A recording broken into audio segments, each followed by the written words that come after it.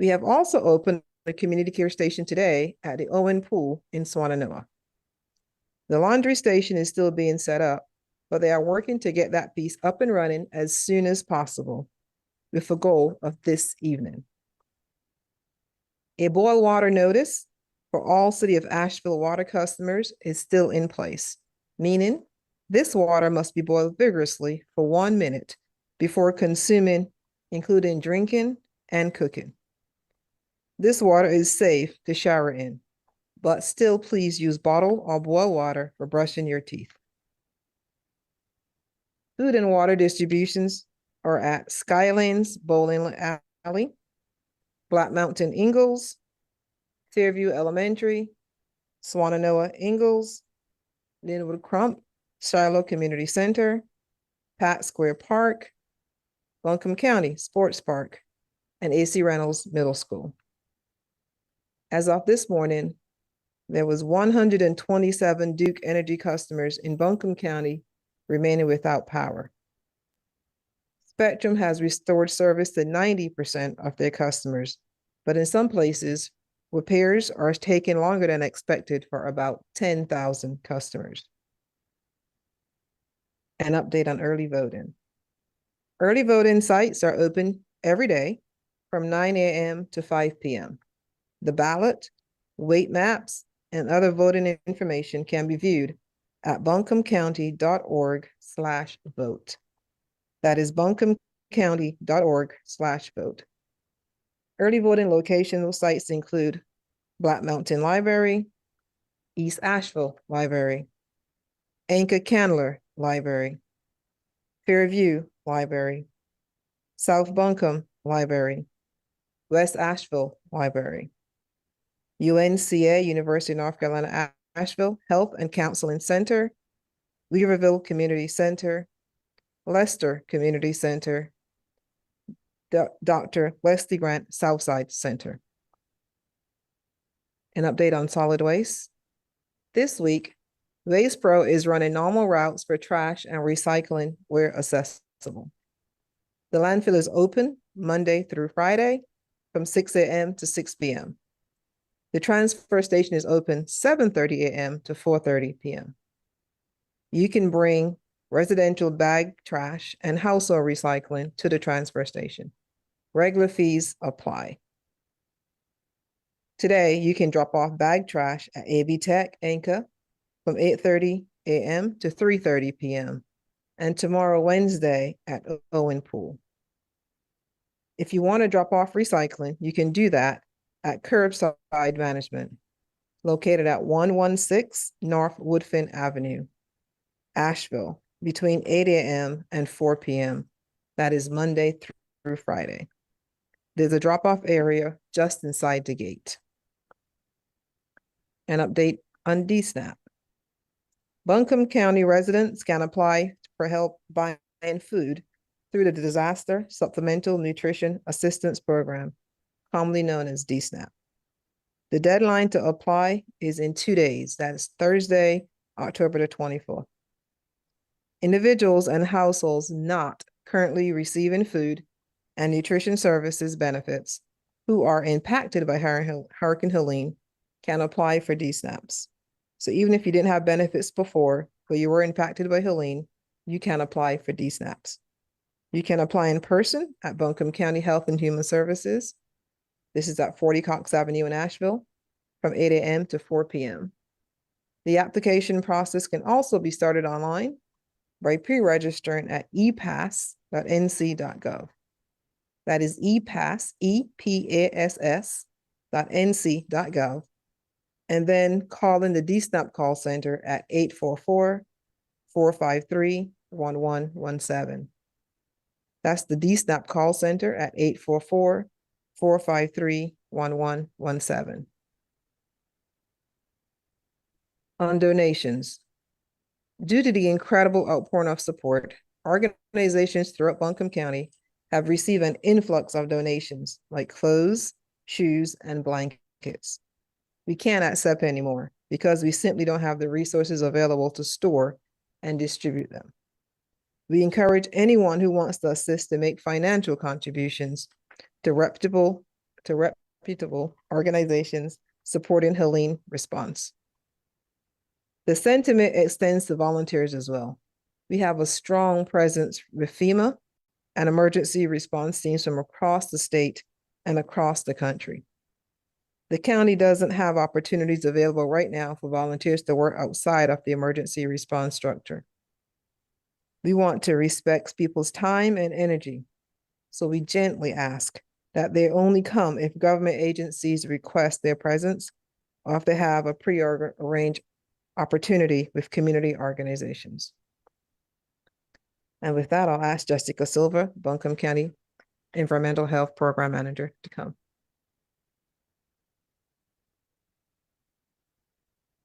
Good morning.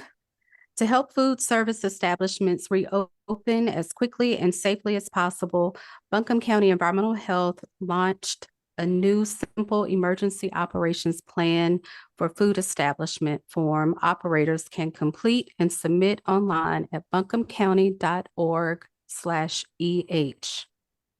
Environmental Health has processed and approved 276 streamlined emergency operation plans for food establishments since Thursday of last week. We continue to visit those establishments to ensure compliance with the details provided in the emergency operations plan. We are also working with the Division of Child Development and Early Education to assist child care centers with reopening. At this time, we have received 42 emergency operations plans for child care centers. We have reviewed 40 of those and approved 32 plans. Approved plans are shared with the licensed child care consultant responsible for completing the final review. After the final review, Environmental Health will make a site visit to complete the reopening process. Since Helene, Environmental Health has received 900 water sample applications. While most of these wells were not directly affected by the flood water or damaged by the hurricane, these water sample applications have provided peace of mind for those relying on wells for drinking water. We would like to continue to provide the same peace of mind to everyone while shifting our focus to those wells who were flooded or damaged during the storm. As part of the direct consumer water testing program in collaboration with the North Carolina Division of Health and Human Services, our office will begin screening water sample applications to determine if the well was flooded or damaged. For wells that meet this criteria, we will provide disinfection kits and water sample collection kits.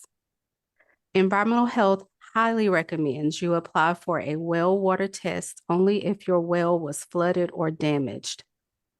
If your well was not flooded or damaged, please consider waiting to submit your application for a water sample. This will allow our office to prioritize our recovery and response activities to help those in our community most impacted by the storm. If you have questions, you may reach out to Buncombe County Environmental Health by phone at 828-250-5016 or through email at ehrequest@buncombecounty.org. Thank you.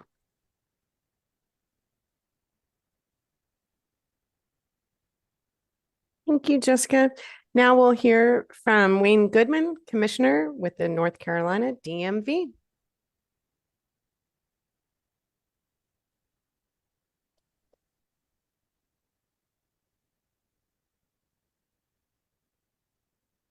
Good morning, everybody. I'm North Carolina's DMV Commissioner Wayne Goodwin. Thank you for having me here today for this briefing to provide an update on DMV services in Western North Carolina. First, I would like to let the people know of Western North Carolina that my thoughts and prayers have been and will continue to be with you and your families as we recover from this catastrophic storm. Together, we will recover. I'd also like to thank all the people that have been helping with the recovery efforts, especially those that are also dealing with these impacts themselves. This includes our dedicated DMV staff that not only work here in Buncombe County and in Western North Carolina, but are a part of these affected communities and have had their own lives and families impacted. At its peak, we had 25 driver license offices and 28 license plate agencies throughout Western North Carolina closed due to impacts from the storm. Over the last 3 weeks, we have worked that down to less than a handful. Now that the water service has been restored, we were able to reopen our Asheville driver license office on Patton Avenue yesterday, and we are very pleased with that. And I know the community is very excited to have that back open again. In fact, yesterday we had 124 transactions, and as the word gets out, and through this conversation with you today, we want the word to get out so that more customers will be able to access that very essential service of having IDs and driver licenses and other things that the DMV provides.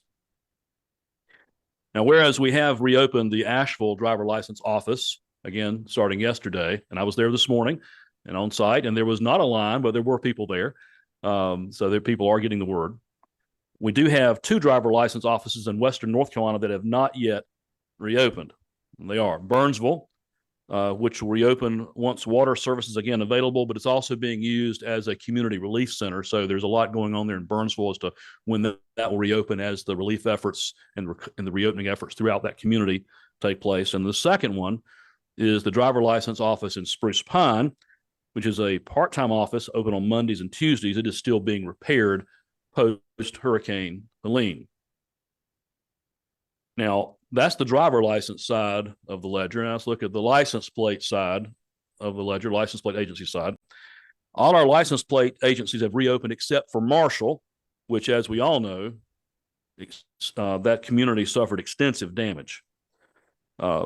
Both of our privately operated Asheville license plate agencies, though, reopened a couple of weeks ago. So now that most of our offices have, in fact, reopened and are providing this essential service that the DMV provides to Western North Carolina and throughout the Tar Heel State, let's talk about the delivery of your credentials, because a lot of folks cannot receive mail service. And because certain areas are without mail service, we have designated our open driver license offices as credential pickup centers. If your license or ID card cannot be delivered to you by mail, you can return to the location of your in-person transaction after 21 days to personally pick up your credential. And then there are some communities we've learned today that we actually are hand delivering credentials to folks' homes. So we are trying to provide as great public service and as we can in customer service to our customers. If you complete or have completed your renewal or order or have ordered a duplicate license or ID online or at an office that hasn't yet reopened, please visit our website to see where your credential can be picked up. Again, we ask that you allow at least 21 days from the date of your transaction to see if it can be delivered to your home or for it to arrive at the designated office for pickup. Now, I'm getting ready to give you a website address, and I'm going to probably say it more than once because it's a long address, so you may want to write this down. All these details can be found at ncdot.gov/WNC credential pickup. ncdot.gov/WNC credential pickup. Now, I mentioned the driver license office side of the ledger and the license plate agency side of the ledger. There's actually yet another side of the ledger, and that's our law enforcement portion of DMV. Yes, we are the oldest statewide law enforcement agency in North Carolina. Been around since 1921, and we are still on the job helping. And I want to give a shout out to all of our DMV License and Theft Bureau officers and colleagues. Again, they are our law enforcement arm. From soon as we could be here, they have assisted with 17 law enforcement support requests in North Carolina. We have deployed 121 personnel to Western North Carolina, 59 of which have been deployed more than once, spending days and weeks away from their families in other parts of the state. We have another 8 members that have assisted with the State Emergency Operations Center and the like. And currently, we have 25 members deployed, with 5 or more set to be deployed again on November the 1st. So our law enforcement side of the ledger for DMV will continue to help as much as possible logistically with Western North Carolina as we rebuild and recover. This concludes my report. I want to thank you again for allowing me to be here to share this essential information with our Western North Carolina community, and I'll be happy to stay around to answer any questions that folks here or online may have. To learn more about DMV and what we provide, please go to myncdmv.gov. I'm Wayne Goodwin, North Carolina DMV Commissioner.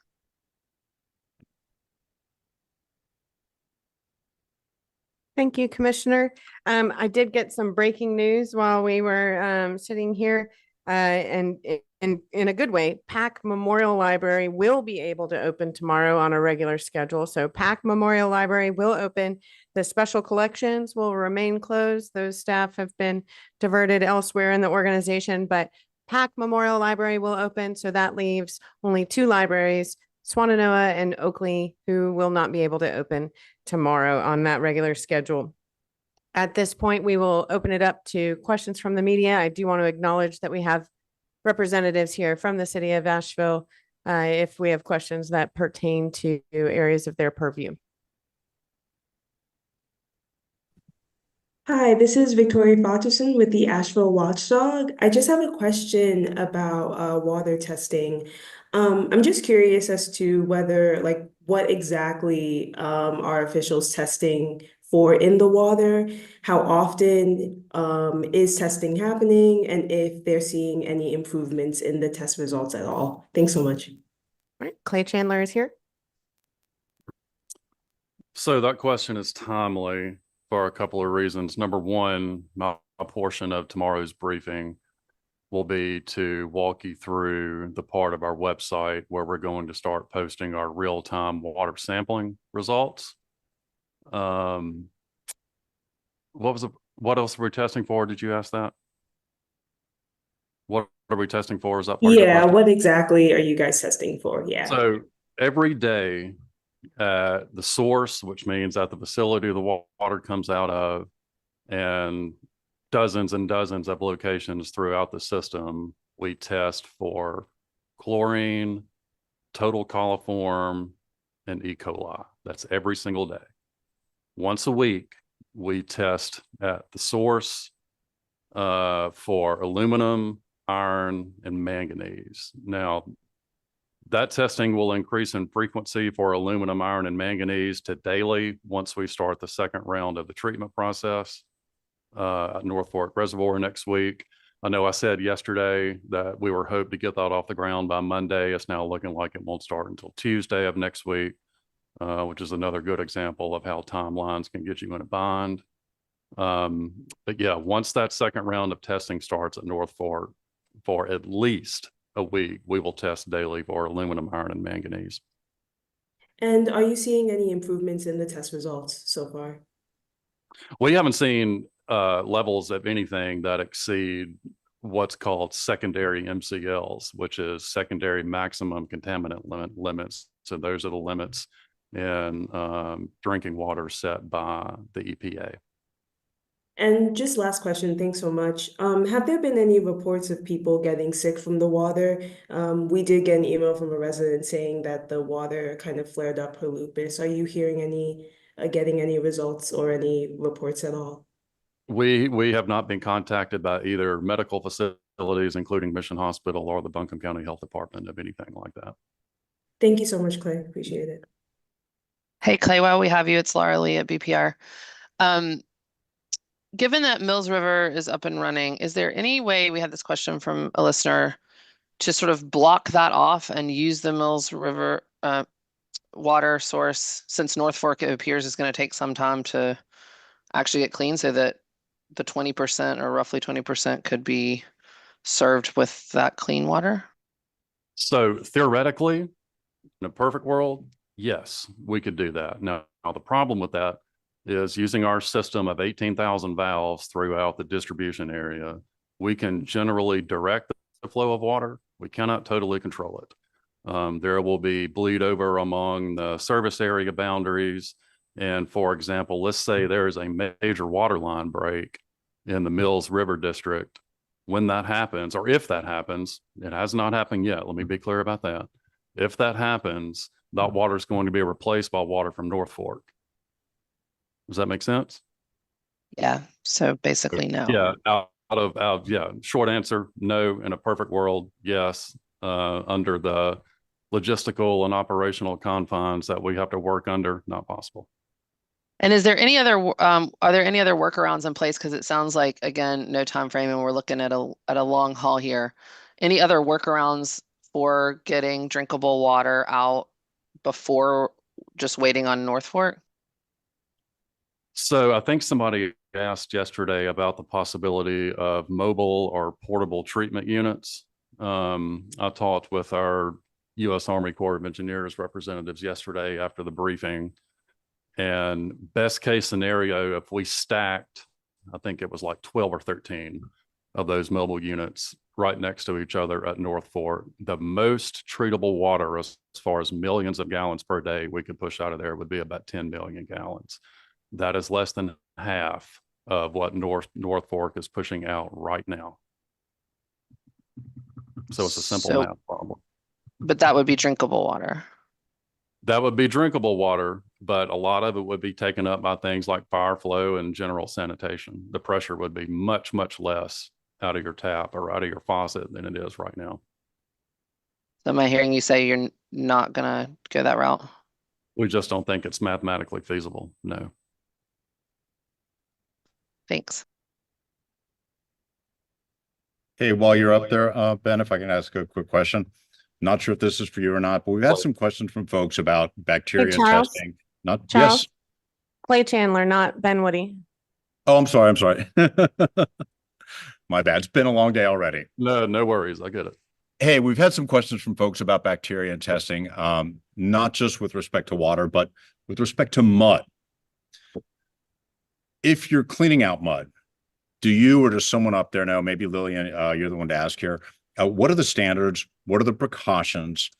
And also, what's being done with the mud itself? I'm going to turn that over to the mud expert. Thank you. It's the first time I've ever been called that. So when it comes to mud, we want to make sure that if you are trying to clean out your home, that you are using PPE like we have shared in previous briefings. So wearing gloves, goggles, respirator, N95, wear a mask, make sure you're not inhaling those particulates, long pants, long clothes, and boots. And so that's where we need to make sure that you are taking personal precautions if it's in your home or if it's in your property. If you are working on a restoration project in an area like along the river, please ensure that you are working with the appropriate agency, right?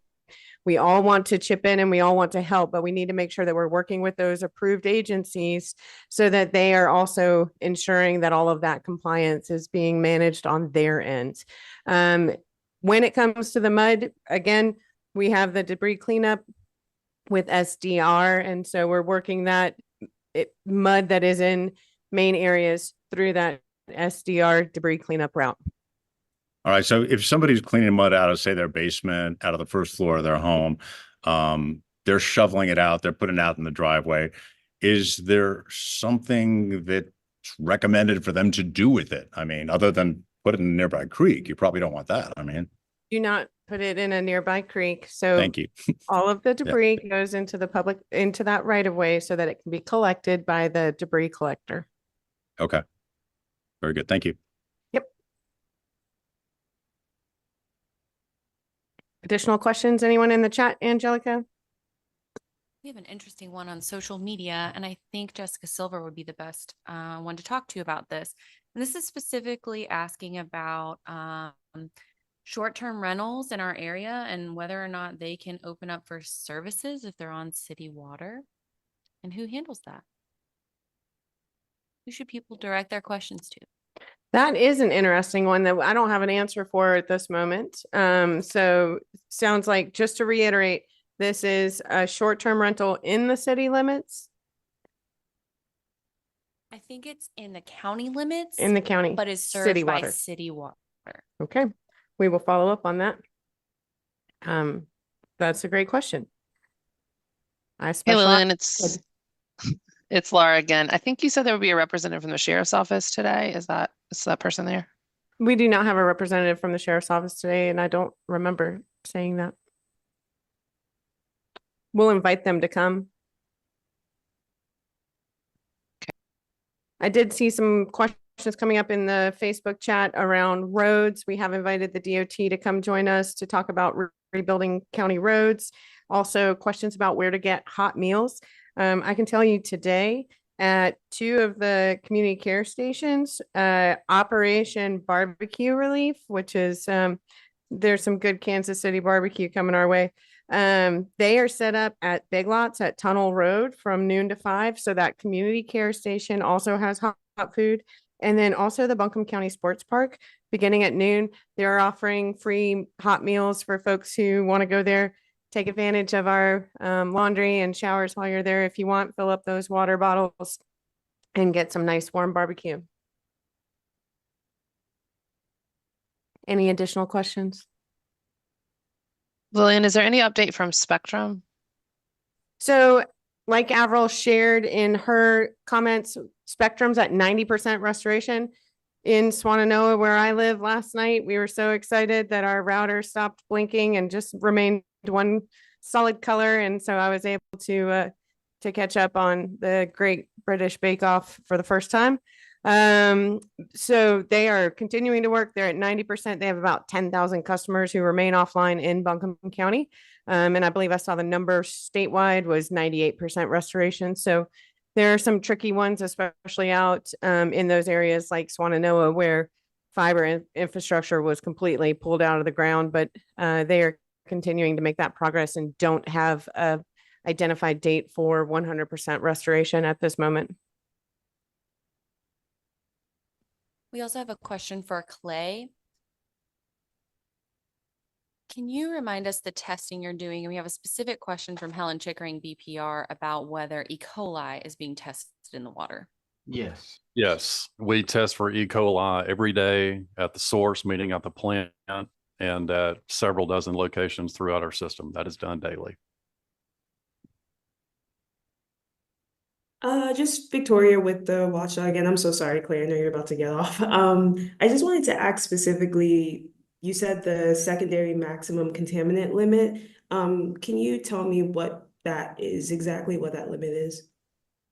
So for aluminum, the secondary MCL, which means the highest it can be in drinking water, is 0.2 parts per million. Are generally under normal conditions, we are well under that. And I think the highest we have gotten off the top of my head since we did the in-reservoir treatment process is 0.098. So not quite 0.1. Okay, thank you so much. Mm-hmm.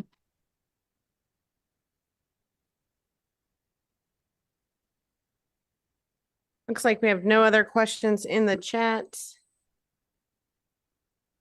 We do have City of Asheville scheduled for their water update and regular city updates again tomorrow, Wednesday. I want to remind folks that tonight there is a vigil at Pack Square Park at 6 p.m. There will be sign language interpretation available as well as Spanish language interpretation available.